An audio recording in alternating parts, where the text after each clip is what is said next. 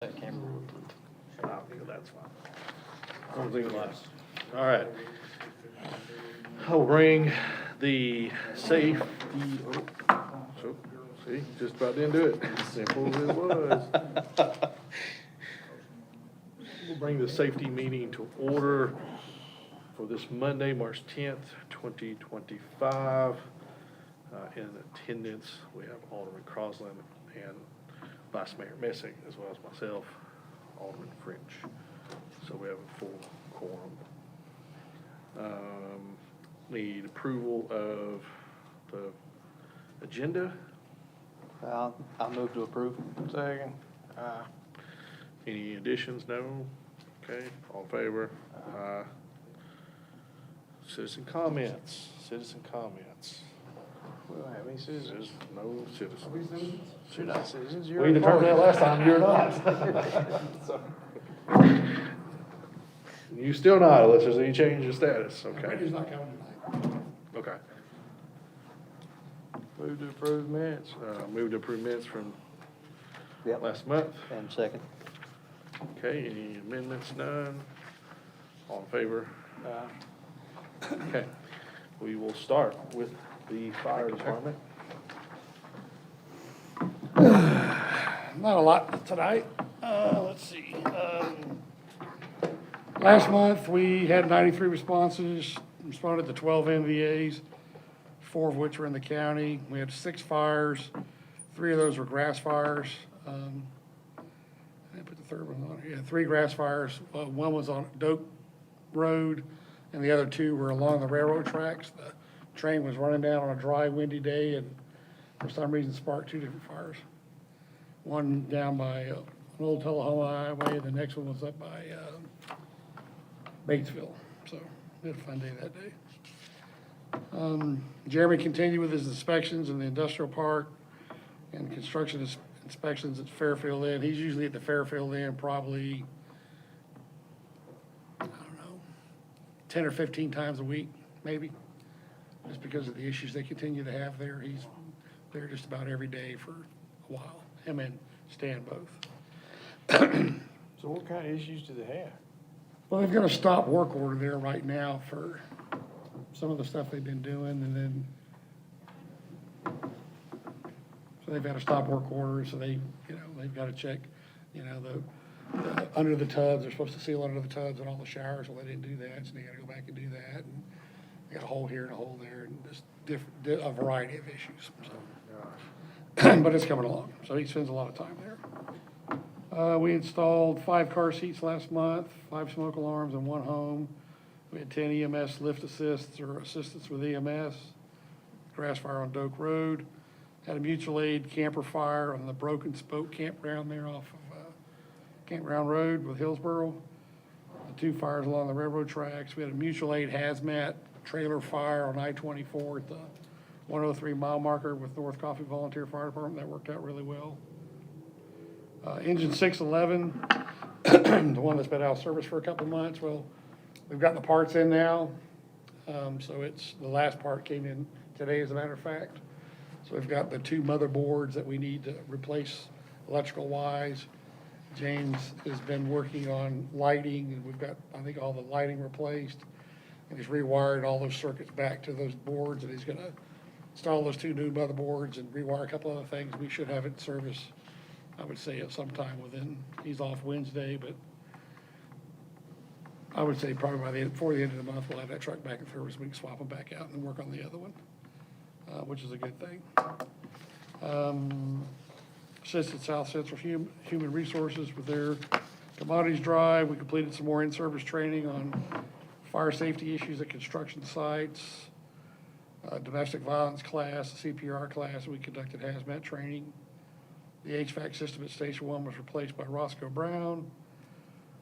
We met with MTS supervisor, or we attended the MTS supervisors training here at City Hall. We had a promotion swearing in ceremony for our people at the end of the month. And we met with the MTS fire consultant. The mayor wants him to come in and look at the different agencies, so they started with us first. So he's provided us with a survey. We're still in the process of collecting data for this survey, because it's like a 53-page documents. We're collecting a lot of data for that right now. One question. Yes, sir. George, on the mutual aid with Miller Coffee, the Yes, sir. hazmat at the 103, how close were we to a really, really bad incident there? I believe if them and us didn't get there and do what we did, we could have had a pretty bad incident. Yeah, because his wheel came off and started on fire on the exterior of the trailer. They started burning on the trailer. They got there, there were two guys, we got there with our team together jointly. We put the fire out on the outside, we opened up on the inside. We went inside, checked it with our thermal cameras. It never breached or got to any of the 10 cylinders that were in there, but And what gas was that? I think it was nitrogen gas, at 10 2,000-pound cylinders of nitrogen gas inside there. So it could have been, if it had been later in the day or whatever, they couldn't have responded as quickly, we couldn't have responded as quickly, it could have been an issue, yes, sir. Okay. But everybody did a great job, great teamwork, everything worked out really No, well. that was my question. Yes, Is sir. it came across as I hate to use the word regular, but a regular event, a non-exciting event? Yes, sir, yes, sir. So. Well, at first, we were kind of excited because they said, hey, it's hauling hazardous materials. We really didn't know what it was at the beginning. Then we get there and we pick the bill of lading up from the driver and figure out what that is. Okay, well, it's hazardous, but if we stop the fire from getting to the cylinders, then we're good to go. So it worked out really well. Excellent job. Thank you, sir. Project updates, the floor at Station 2 has been completed. That was done on the 3rd of March. The new bed frames for Station 2 have been ordered from the company in Huntsville. We're just awaiting their arrival. I sent an email this morning to Rogers Hydrant Services, and I'm just waiting for them to reply. They said they were going to start sometime in the spring. We're getting close to spring, so I had to talk to them. I followed up with the Motorola guys earlier last month, in the middle of the month. And so they're looking, they've got to research the frequency license thing, which we didn't do before. Now they say you have to do that. So they're researching that piece of the puzzle. I got an email from them this morning saying, hey, we're still trying to get the frequency license figured out and then configure a quote and advise us on a new quote. So I'm still waiting on an update from them. The MSA G1 air packs, they're in service. We're working with a vendor for next year's budget. We need to add 10 more packs, 10 more bottles, some masks, and there's a Bluetooth interface between our current radio system and that pack. That's like a $2,800 addition to the pack, so we can just, talk easier, talk plainer, talk quicker. How many of those do you need before you have all that you will need? Once I get these other 10, I'll have all that I'll need. You don't have room for those in budget this time, huh? No, sir, not this year, no, sir. So I put it in the budget for next year. So we got those 10, that'll give me 30 packs. That'll give me 60 bottles, no.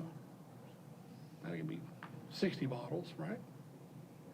30 with the packs plus 30 extra, yeah. So that'll give me 60 bottles, and I'll get 10 more bottles, so I'll have 70 bottles.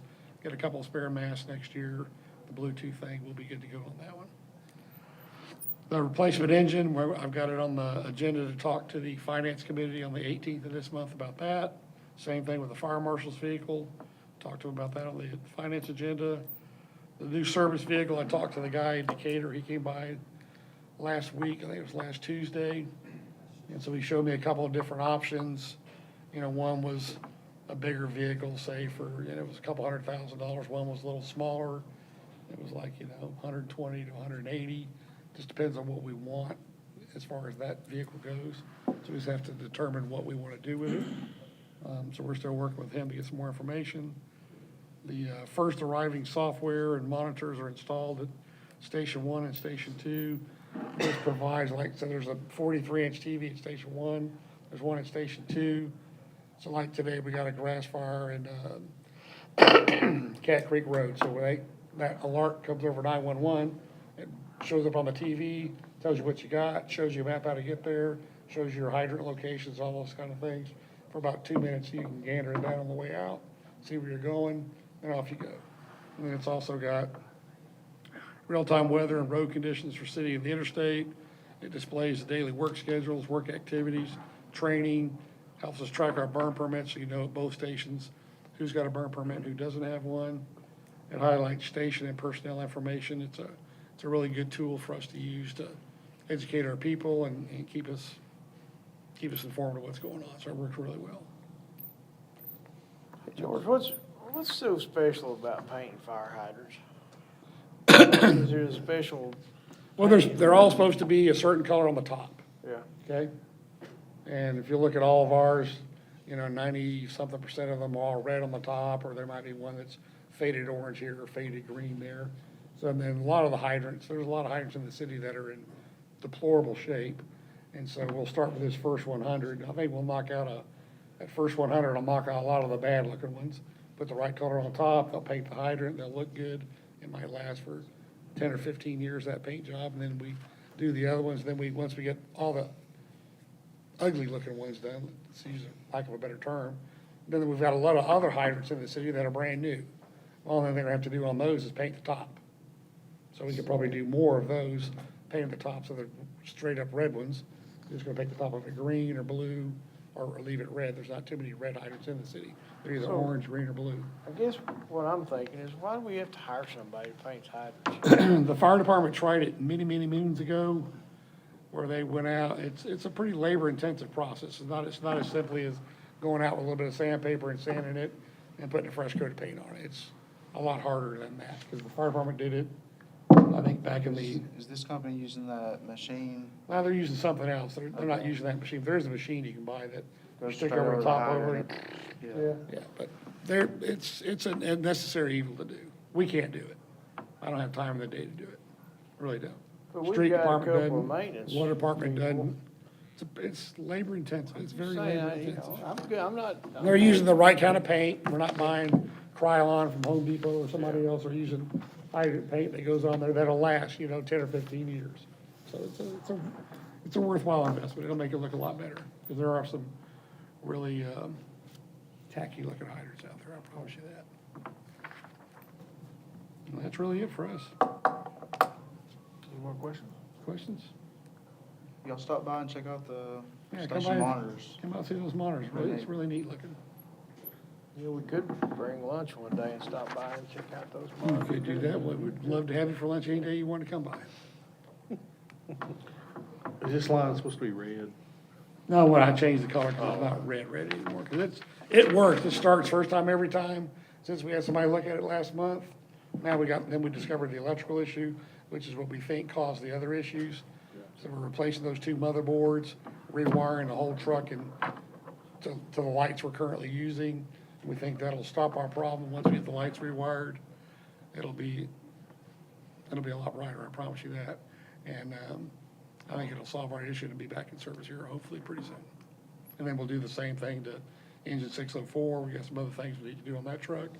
Replace the lights is one of them, replace the valve, and do something else. So James is working really hard to do that. He's put in a lot of time and a lot of effort to do it. We appreciate it. I like that idea. I think we ought to schedule a lunch down there. I don't think it'd be a bad idea. We get to Mercantile that caters a nice lunch. And how many people would you be? There's usually 10 to 13 of us there on a given day. Today there 15 were- people would be plenty then, huh? Sir? 15 people would be? Yes, sir. Yes, sir. We need to do that. We'd love to have you. Sounds good. Take that out of the mayor's budget. Nope. Anything else? You All are right. dismissed. Thank you very much. Thank you so much. Gotta go to another meeting. Your coat's Thank you, growing. gentlemen. You're welcome. All right. Have a good night, gentlemen. See you.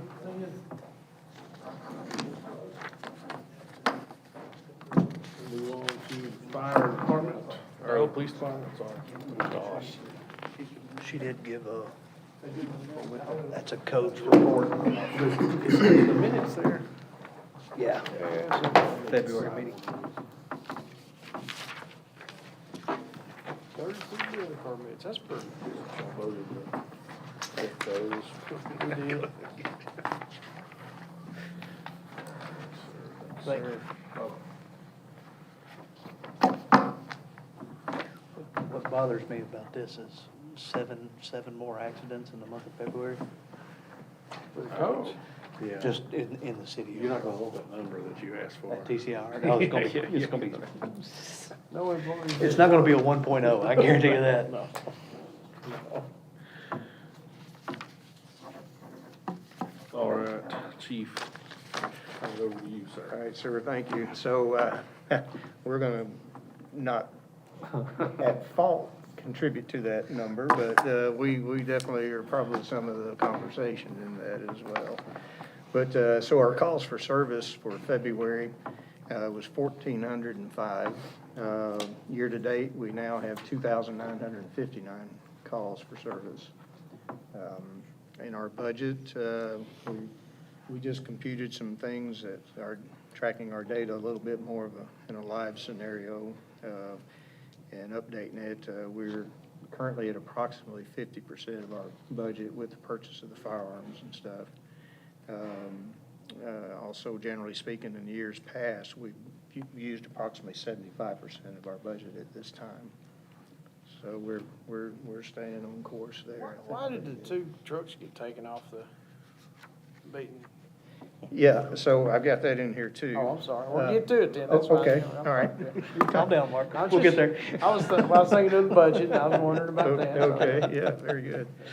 So, our community events, so our past events, once again, February the 16th, we recognized, some of the officers were recognized by Grace Baptist Church, and they just showing their appreciation for what we do in our community. They presented all of our officers with appreciation plaques, and some even voluntarily attended their service that particular Sunday morning. And then after that service was over, they had a chili soup cook-off, and Mitchell West won the chili cook-off of all things. So he's his little recipe has won several of them in the past around town, so he does a good job on that. On February 15th, we celebrated the SRO National Appreciation Day, and we posted accolades and stuff on social media. And for our SROs, Charlie Taylor, Jason Fowler, and Cody Lindley, who's a short timer in that area. They were each personally congratulated as well for the exceptional job that they do each and every day. On Friday, March the 7th, we participated in the Read Across America program by reading books to various grade levels at College Street and Westwood Elementary Schools. Several of the community groups and businesses are also involved in that as well. That's awesome, good job, guys. Yeah, and it gives us an opportunity to develop even a greater rapport with kids and just go in and have fun with them. So we got some upcoming events. March the 13th, officers will participate in the Special Olympics Tip-A-Cop event at Chick-fil-A with proceeds going to our Special Olympics program. And there'll be two different times that'll occur. One's from 11 a.m. to 1 p.m., the other's from 5 p.m. to 7 p.m. And then on March the 14th, officers will participate in Career Day at College Street Elementary School, where we get the opportunity to kind of tell them a little bit about what police officers do, and the kids get to handle bulletproof vests and SWAT helmets. Wow. And all kinds of things like that. And in addition to that, we have several little handouts we give to them in the form of bracelets and hats and different things like that as well. So on March the 20th, officers will also participate in On My Own Career Day. It's an event at Raider Academy. And this is an event where students learn through mock situations how to manage various life affairs once they're on their own. You're not gonna have any bulletproof vests involved in that I one. hope not. Yeah. We're not gonna handcuff. But they'll get the, yeah, well, they may do it, I don't know. Statistically speaking. You just One maybe time you should. go over here. And so on March the 20th also, we'll participate in the Career Day event for Journey students at Westwood Elementary School. And I think our SROs are going to help out along with a couple of our police officers there as well. Now, with regard to MPD vehicles, so vehicle accidents. On Thursday, March the 6th, Unit 1401 received damage to the rear of the vehicle after being struck by a county sheriff's unit, which had been struck in the rear by a suspect vehicle being pursued by Coffee County Sheriff's Department on I-24. Our vehicle sustained damage in the rear, and possibly the transfer case may have been damaged as well. Damage estimates are being obtained at this time. Officer Bellamy, who was the operator of the vehicle at the time, sustained minor injuries as a result of the collision and has since returned to work from that. Unit 2102 should be back in service within the week after completed repairs due to being struck by a state vehicle. Once again, that wasn't our fault as well. And then Unit 1603 is in the shop due to a possible inoperative oil pump. Repairs are estimated approximately $2,500, providing the city shop cannot perform the needed maintenance. I guess they have to pull the cross frame and everything down out of it to get into it, to get to the oil pump. Yeah. Is what I've been hearing. Doesn't simple anymore. Just drop the oil pan. Yeah, that used to be the simple thing, yeah. You have to take the whole entire front bumper off a Prius to change a light bulb. That's a Yeah. fact. Well, you know, our Taurus says we were running into water pump issues with them, and you gotta practically pull the engine to get to the water pump, because it's inside the front crankcase. Our new vehicles, we're still waiting our emergency equipment delivery to upfit those. And they don't make that stuff until you order it. It's made on hey, I need this, and then they start making them. And so we're behind several other folks who are requesting, so we just have to get in line and wait on those. Department changes and improvements. The MPD is surveying potential office space should the finance department be vacated. Sounds like y'all are getting ready to squat. We would appreciate that office space, that space if we can get it, that's for sure. Surveying That's now, right there. I'm calling dibs on It's that. it's sort of a humble way to say, guys, we need the space. It's supposed to happen first of the month, isn't it? I'm not sure, I hadn't heard any. I think so. Okay, fantastic. On the personnel front, hiring, MPD's conducted interviews for an open SRO position at Westwood Middle School. And we selected a certified officer, Michael Perez, who was a former certified SRO in Tullahoma. He has moved to New York, he and his wife, to, I believe it was his uncle's farm to kind of help him up there, and they decided farm life wasn't for them. He wants to relocate back here to the area. So he has been offered that position, has accepted, and of course, it would be contingent upon him passing the drug and psychologicals for that. We also conducted interviews for the high school crossing guard and hired Miss Donna Cardwell. She's a retiree, very nice lady. She worked in the medical field within administration and accounts departments. Some of that was local here in Manchester area. We also, we have 2 remaining positions open. We have conducted an interview for a potential candidate, and we've also had another candidate come that's interested and possibly interested and has did a little ride with one of our units, one of our shifts, to kind of see if this is where he feels that he's being called to. So I've yet to get a decision from him, but hopefully that'll come pretty soon. So we still have 2 positions vacant this time. Incidents, MPD had a bioexposure upon responding to a recent call here, and the departments and exposure protocols were followed, and appropriate follow-ups will be conducted on that as well. Let's see, promotions, investigator position interviews. We interviewed SRO Cody Lindley, and he was selected to fill the position or vacancy left behind by investigator Brian Eldridge, who was some time ago promoted to chief investigator.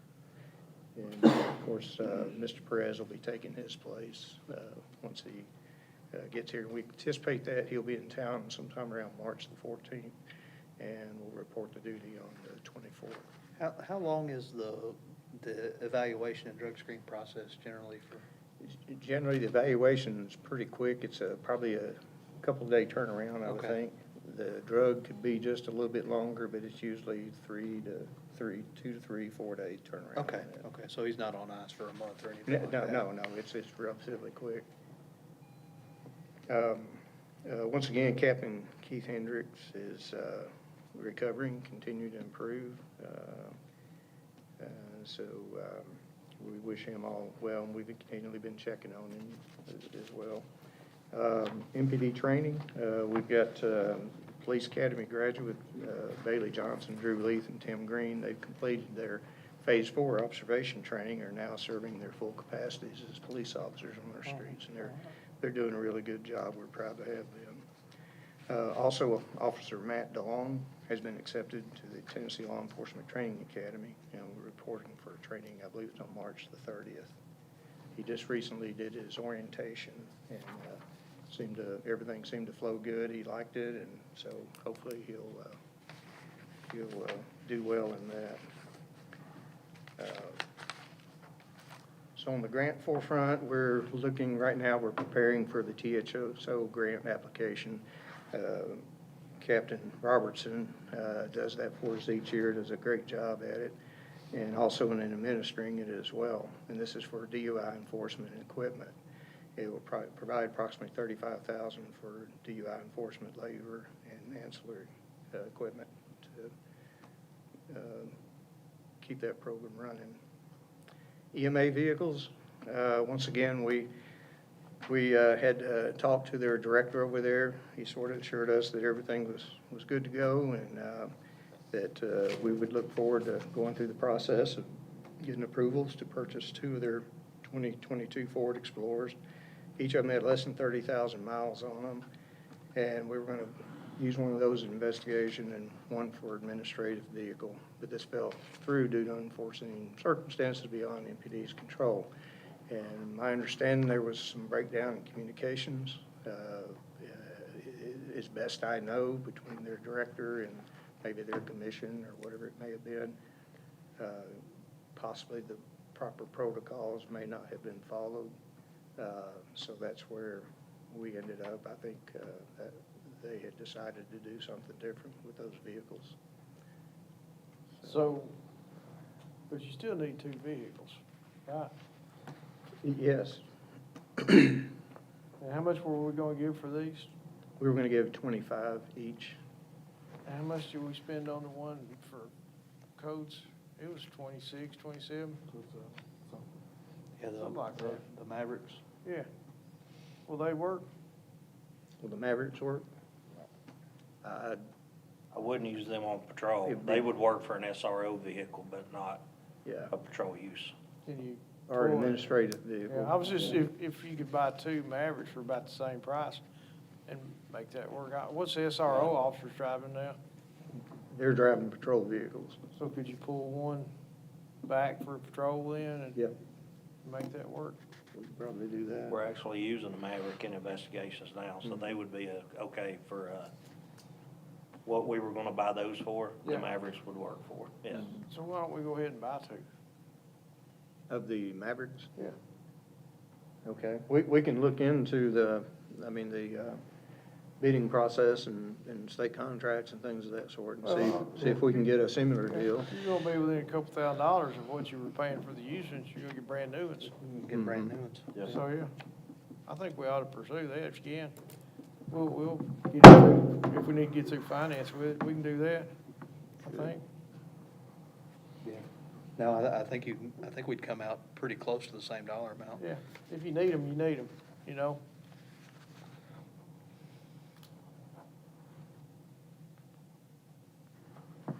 Okay, Let's check it out. See. sure will. Let me ask, is that the optimal thing to do, or is the optimal thing to do to buy new patrol and bump into this? What would be, We could really use it on the patrol side, and, then relieve? yeah, the thing is on the administrative, one of them was going to be used for administrative, that vehicle would be going into patrol. It's got full cage lights, everything, and so that would be a vehicle that would be handed down to patrol should we have gotten the others as well. And then the other car was designated for investigations, which now the Maverick would be okay in investigations, for sure. Yeah. Yeah, why don't you guys sharpen your pencil, with that as an option, Yeah, And- let's get them. and see what you think. Okay, we'll take a look. Just don't back up from nothing. Okay.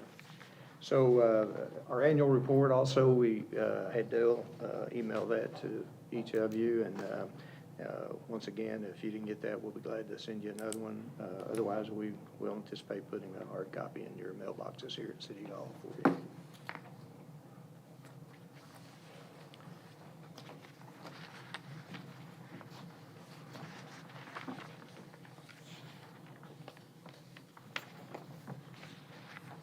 So, any other questions? How long do we think the new gun purchase will take to? Once, 90 days. 90 days. 90 days? Yeah. Okay. About 90-day turnaround, Cool. so. Tyler, what percentage of the budget are y'all at?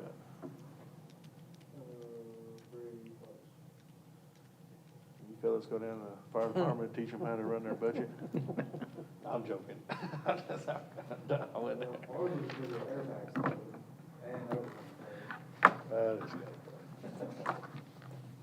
Okay. All right. Guess you fellows are dismissed. Thank you, so gentlemen. much, sir. Thank you very much. All right, any new business? Any old business? Move to adjourn. Second. Aye. All in favor? All right, we're adjourned. Motion carries.